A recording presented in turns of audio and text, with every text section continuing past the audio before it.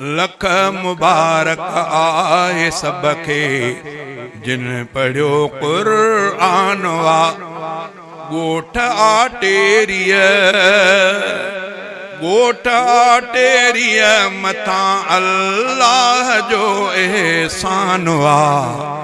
लख मुबारक आहे सबके जिन पढ़ियो कुरान वा। लख मुबारक आहे तिनके जिन पढ़ियो कुरान वा। गोठ आटेरिय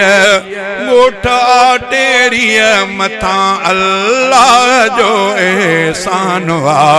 लख मुबारक आहे तिनके जिन पढ़ियो कुरान वा।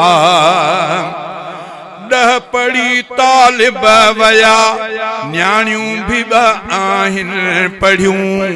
10 पढ़ी तालिब वया न्याणियूं भी आहिनि पढ़ियूं। जिन जी अॼु दस्तारया जिन जी अॼु दस्तार आतिन जो वॾो थियो शान वा। लख मुबारक आहे तिनके जिन पढ़ियो कुरान वा। लख मुबारक आहे तिनके जिन पढ़ियो कुरान वा। गोठ आटेरिय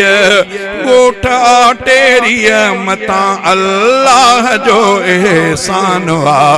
लख मुबारक आहे तिनके जिन पढ़ियो कुरान वा। ही खलील अहमद वली मोहम्मद अही अब्दुल लतीफ। ही खलील अहमद वली मोहम्मद अही अब्दुल लतीफ। ताज मस्जिद जो बणियो हर हिकु मिठो निगरान वा। लख मुबारक आहे सबके जिन पढ़ियो कुरान वा। गोठ आटेरिय मथा अल्लाह जो एहसान वा। लख मुबारक आहे तिनके जिन पढ़ियो कुरान वा। आकई मेहनत सजी हाफिज मिठे अयूब ही। आकई मेहनत सजी हाफिज मिठे अयूब ही। हिब्बतुल्लाह भी हिते उस्ताद आली शान वा। लख मुबारक आहे तिनके जिन पढ़ियो कुरान वा। गोठ आटेरिय मथा अल्लाह जो एहसान वा। लख मुबारक आहे तिनके जिन पढ़ियो कुरान वा। जिन ताबुन आ कयो जिन दीन जी खिदमत कई। जिन ताबुन आ कयो जिन दीन जी खिदमत कई। भागवारा से तिन खां राजी रब रहमान वा। लख मुबारक आहे तिनके जिन पढ़ियो कुरान वा। गोठ आटेरिय मथा अल्लाह जो एहसान वा। लख मुबारक आहे तिनके जिन पढ़ियो कुरान वा। कामयाबी दीन में आहे अदादारैन जी।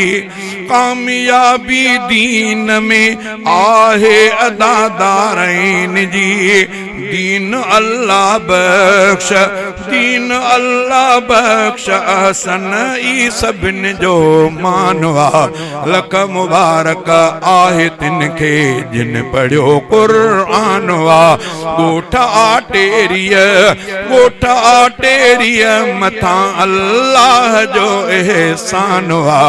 लख मुबारक आहे तिनके जिन पढ़ियो कुरान वा। मुझे तरफा जिन बचड़न कुरान पाक पूरो कयो, जिन न्याणिन कुरान पाक पूरो कयो, उन्हनि खे ऐं उन्हनि जे अबे अम्मा खे लख हा मुबारक मुझे तरफा। अस्सलाम वालेकुम। माशाअल्लाह, जज़ाकल्लाह। ही हुआ मोहतरम जनाब अलहाज इमदादुल्लाह फुलकोटी साहब, जो बेहतरीन अंदाज में नाती पढ़ी।